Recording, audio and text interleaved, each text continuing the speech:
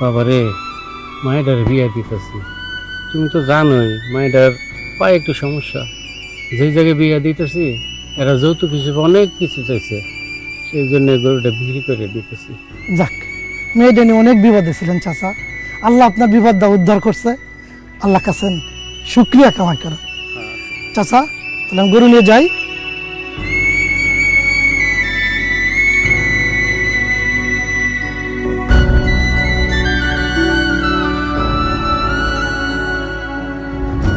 কাকা, টাকাটা দিয়ে গেলাম, বিকালে আইসা লোকজন নিয়ে গাছটা কাইটে নিয়ে যাব।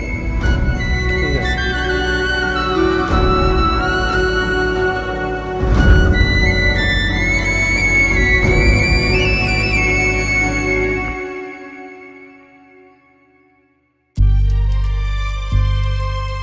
বাসার কাকা, এই নেন আপনার 2 লাখ টাকা।